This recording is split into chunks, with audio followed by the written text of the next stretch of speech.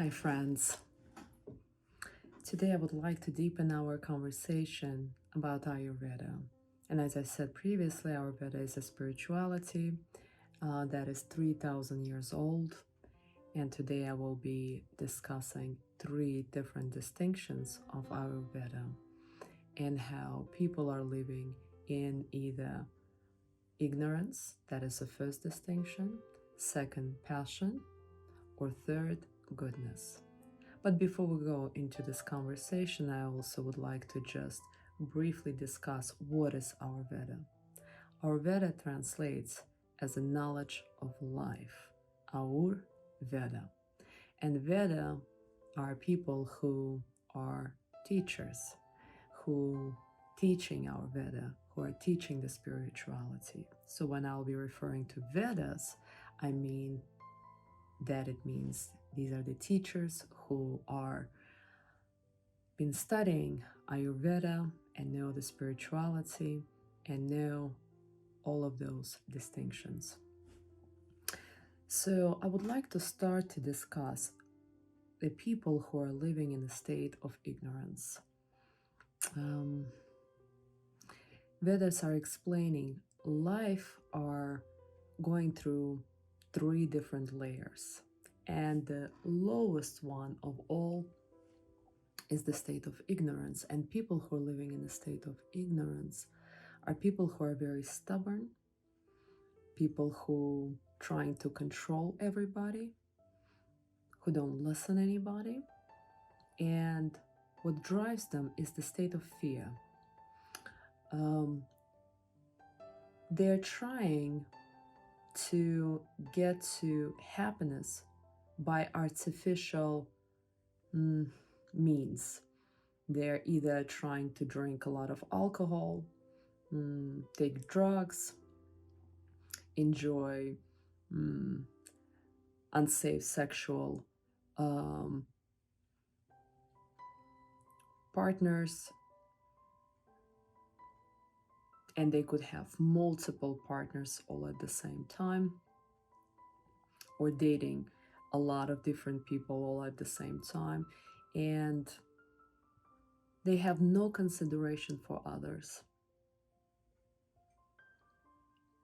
They're typically very mean, angry, but there's also a huge difference between men and women in a state of ignorance.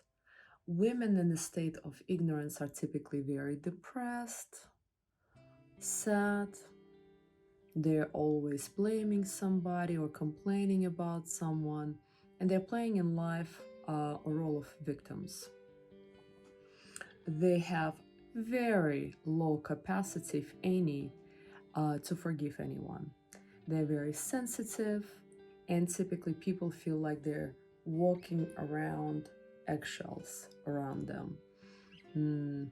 They could easily hurt anyone, but at the same time, they easily get hurt, and they don't like basically for others to treat them like they treat people.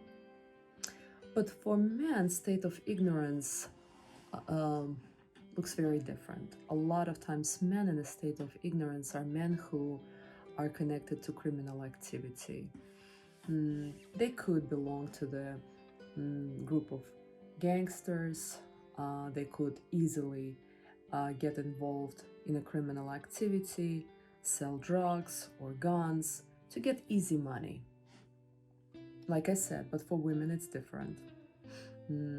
But both men and women in a state of ignorance use a lot of sarcasm. Their all jokes have deep sarcasm, where behind the sarcasm they really use anger to hurt someone.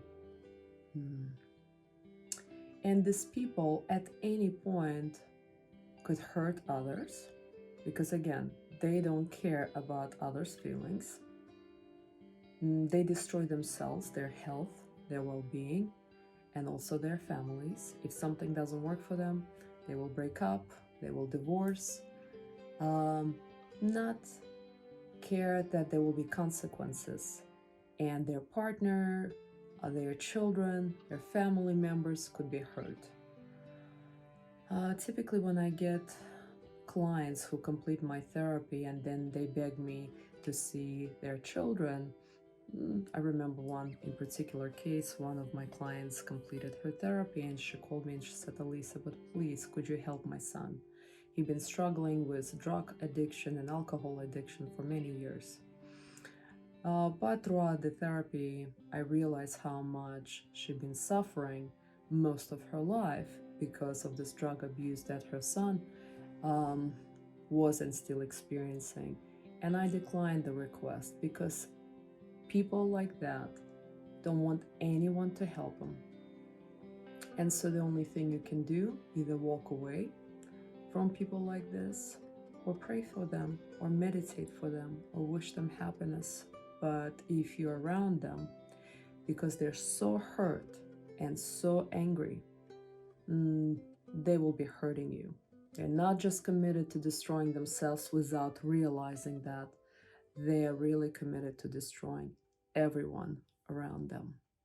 And so our Veda said that around 40 something, I think 46 or 49% of the people are living in a state of ignorance. That's a high number. Then I would like to now shift the conversation to people who are living in a state of passion. Now, in a state of ignorance, people are driven by fear. They also sometimes have a paranoia. They're scared. They're scared how people, what they're going to say about them. And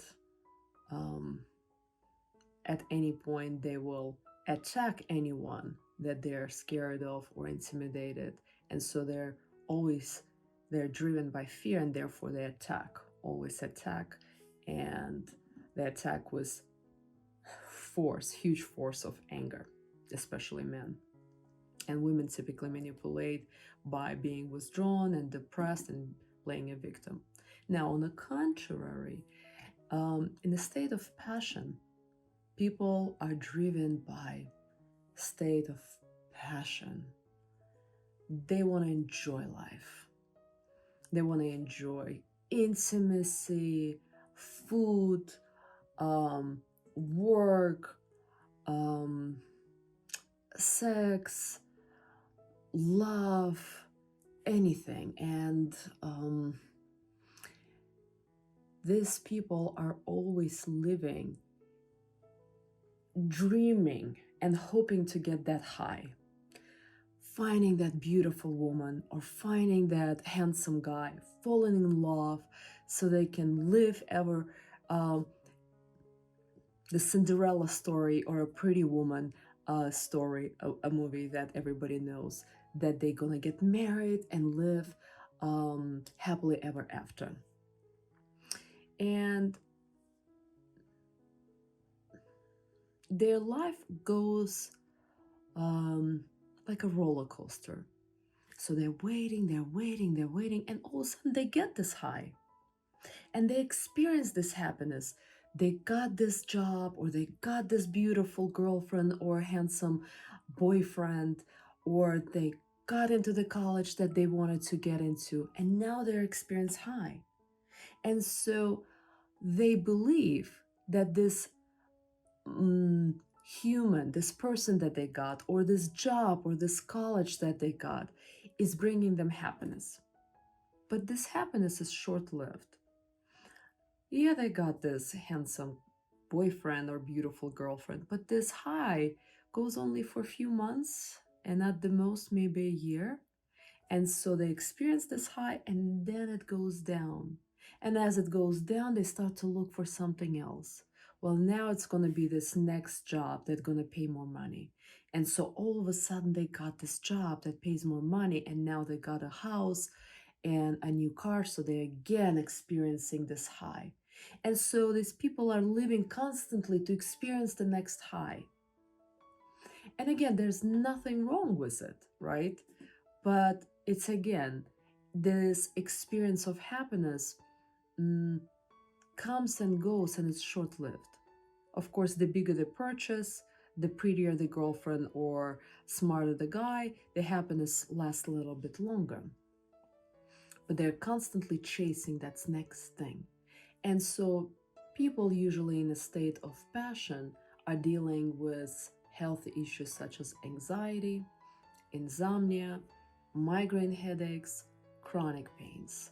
Chronic pains in their joints and, for example, allergies, asthma, and etc.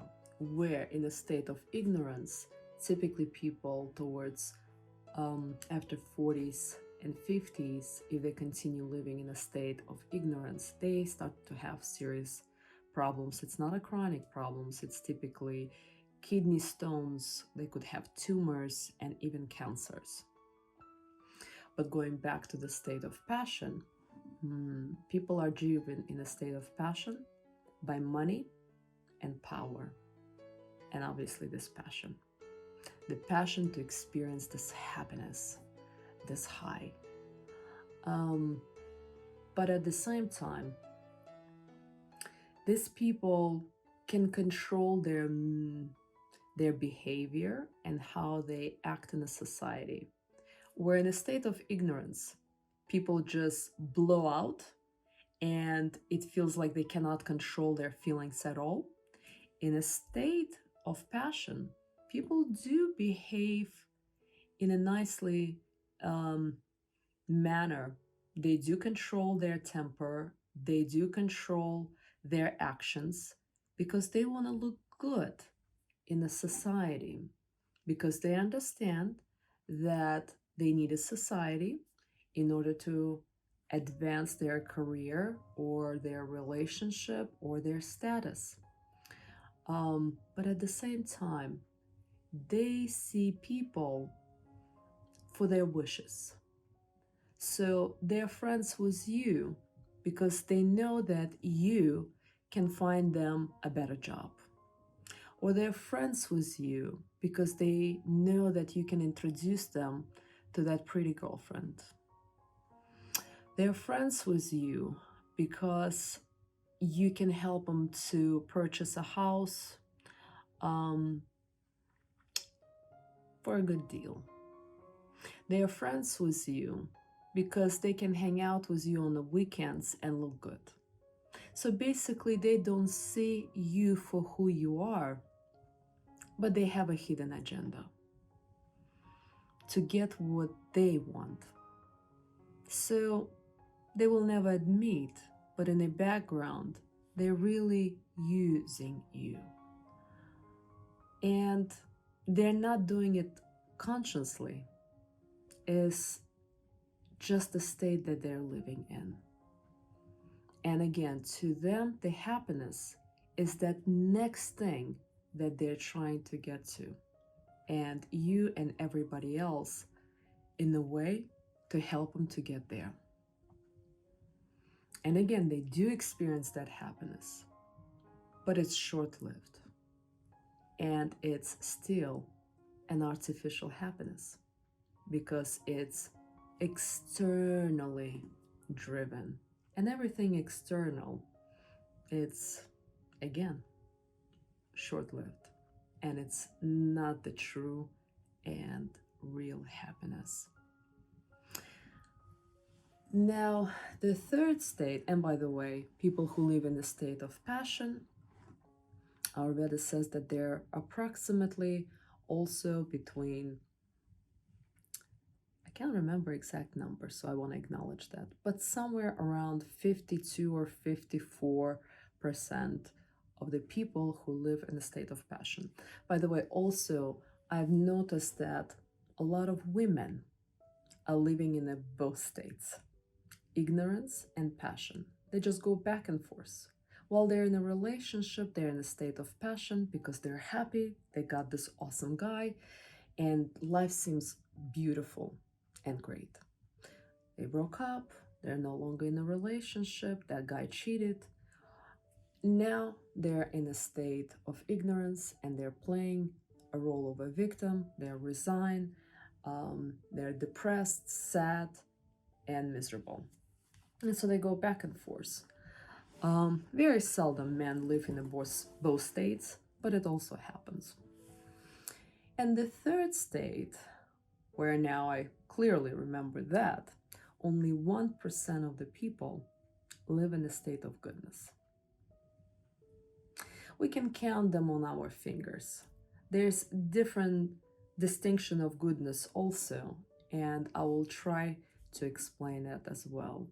But the high state of goodness are the people such as Dalai Lama, Mother Teresa, who is no longer with us, Gandhi, Martin Luther King, and you get the idea. But there are also people who are trying to get in a state of goodness by living life, pursuing true happiness, by learning spirituality, by having a relationship, understanding the relationship with higher power and the importance of having the relationship with higher power. And to them, what society is saying and doing and how they're viewing them is not important. At the core, what's truly important for them is their beliefs and their relationship to a higher power. And some go to that relationship with a higher power through philosophy and analysis, reading and reading more, or learning and studying, and they get to the higher power through that route. For others, they're just seeking that relationship with a higher power, so it's not going through their head. They're not trying to learn or analyze like a lot of times men do. They're just trying to create that relationship because they're seeking something more, because they start to realize that just having a big house and amazing husband or boyfriend or girlfriend or cars still doesn't make them feel fulfilled and happy in the inside, internally. And so they start seeking that relationship with their higher power. And as they're seeking that, they're starting to feel a shift. And then they start to learn and understand and have a deeper relationship with a higher power. But it doesn't matter which route you take, whether through analysis or learning, or just start meditating or praying, both are welcome and both are leading into relationship with a higher power and shifting you into the state of goodness. In the state of goodness, people are not cutting the corners. They realize that we're not just living one life, this life, and all the actions has cost. When you do the right thing, it has a cost later, meaning you get rewarded for doing the right thing.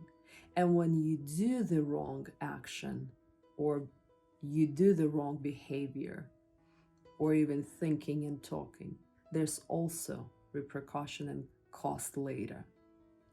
And so these people are working to get to the state of goodness because they understand the importance of that for their destiny and even their family and people around them. And so, again, for people who are in a state of goodness, and by the way, when people start to shift from state of passion to state of goodness, it typically takes approximately about a year. So when sometimes I talk to my clients who started to practice spirituality, and all of a sudden they say, wow, Elise, everything is so wonderful in my life. Everything is working and I'm so happy. And they've been only meditating for a month or two. And they tell me, I think I'm shifting to the state of goodness. I tell them, be patient. because it really takes approximately about a year. And how you start to feel that you're shifting in a state of goodness is typically person can get angry and upset with you, really angry and upset with you, and you can be with them and know that it has nothing to do with you, that maybe they just had a bad day, or that is their reaction to something. But even if it has to do with you, you are not triggered, or you're not reacting in a way that you feel sad or upset. You just know it's about them. There's many other signals and ways for you to understand that you're in a state of goodness. And another one, the big one, you start to wake up in the morning feeling so happy. And you don't have to do anything for that. You could have no job. You could have very little money in your bank account. You could be single. You could just experience a breakup, but you wake up happy because you have that wall. You have that wall behind you, that such a powerful connection to a higher power that nothing can shake you. And that's a really powerful experience. And I really, truly wish everyone to experience that. That no matter what happens in life, you feel very solid on the ground. And no one can take that away from you, because people come and go. You have work sometimes, and sometimes you don't. The biggest example was the COVID that hit us last year. And a lot of people lost job. And that's the biggest test in life. No matter what happens, whether it's health or whether your family members or life just happening, right? And you feel very firm on the ground, feeling happy, fulfilled, and have certainty that all is well, because you have this wall behind you, that all is well. So I wish everyone to move forward and wish to get to that space. In my previous videos, I talk about what's the access to get to that space. So I truly wish you to watch a few of my previous videos. The routine of the day, the purpose, and other videos that I'm going to continue recording on a weekly basis. And with that said, namaste. Thank you. And if you like my videos, please subscribe and like them. And I look forward to seeing you next week on my next video.